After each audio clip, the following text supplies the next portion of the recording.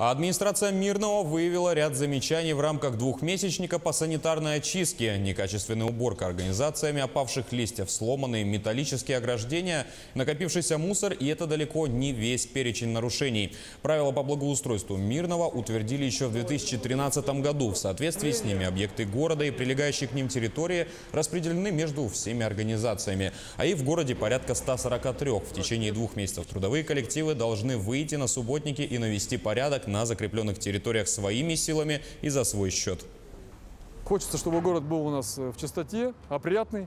А все, что у нас выдувается из-под домов, а если мы с вами еще и не будем субботники проводить, все это, конечно же, вынесется на центральные площади, на дороги, на тротуары. Ну и, конечно, отсюда будет неблагоприятный вид в городе. Поэтому мы все вместе с нашими горожанами, с организациями должны поддерживать должный порядок в черте нашего города. Это обязательно.